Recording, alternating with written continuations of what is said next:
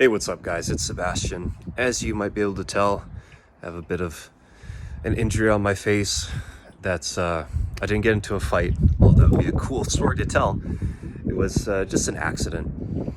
I wanted to make this quick video today to talk to you guys about remote sales and something that is a little counterintuitive that people won't usually think of.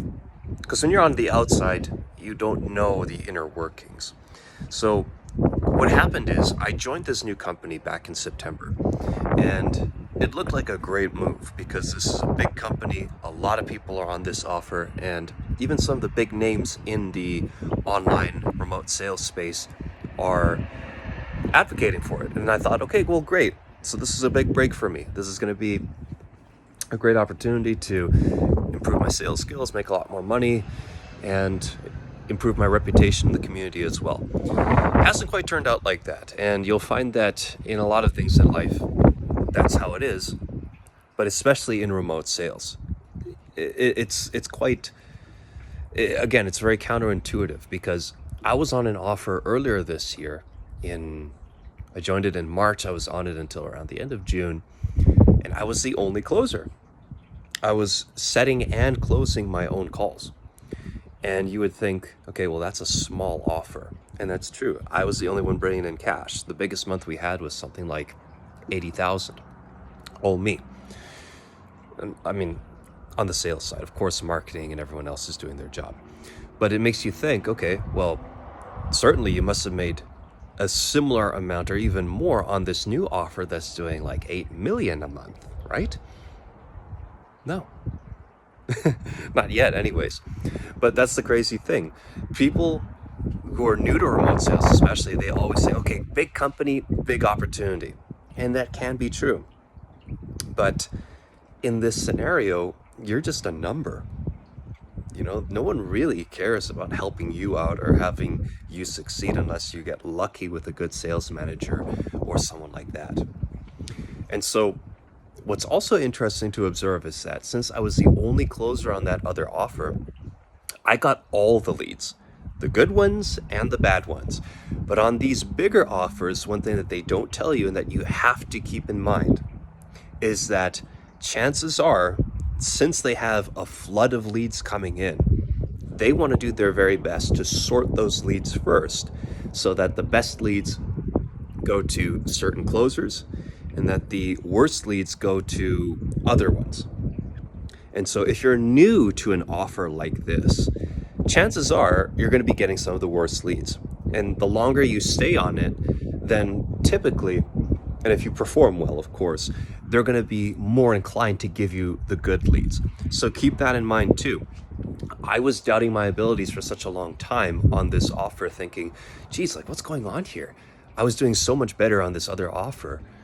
And yet this one has supposedly better marketing and a better offer. So why am I not doing as well here as I was on that last one? Well, here's the big reason. Because I'm being fed some of the worst leads. And don't listen to people who tell you, oh, well, we never blame the leads. You don't blame them entirely. But it is absolute foolishness to say that some leads are inferior, to not admit that some leads are better than others. Because it's absolutely true. I mean, who's more likely to close in this scenario if I give it to you right now? The guy who already has an active business, is a quick decision maker, is fairly open-minded and friendly, does his research before getting on the call. And you'd be surprised at how many people book 45 minutes in with me or anyone else. They come to the call and say, oh, I don't know anything about you guys. Really? You took 45 minutes out of your day to book a call with us and you didn't do any research at all about what we do? Do you have like, you know, do you not have a job? Like you have nothing going on? You just book calls in with people? Okay. The person who did the research, has a business, is open-minded, is a fairly decisive person versus the person who just lost their job or a person who hasn't had a job in months. The person who talks about starting all these different things and doesn't have anything to show for it. Like, between these two, who do you think is going to be the better lead? Who's going to be easier to close? And then when you see that the top people on this offer only get those kinds of leads, is it any mystery that they're actually making 10, 15, 20, 40,000 a month? Of course it's not, because they're getting I'm getting a little too worked up about this, but you can kind of see where I'm coming from here. Like, you don't doubt yourself. You get on an offer like this, you start to not close, and you think it's because of you. And the sales managers are always going to pin it on you. It's not you. It's not you. Okay? If you have closed in the past, if you've proven that you can bring in X amount consistently, and you can show up, you can do everything that's required to ensure success, not just on the call, but prior to the call, after the call, then if you're not closing like you know you should be, it's probably because the offer is just messed up in some way, like this.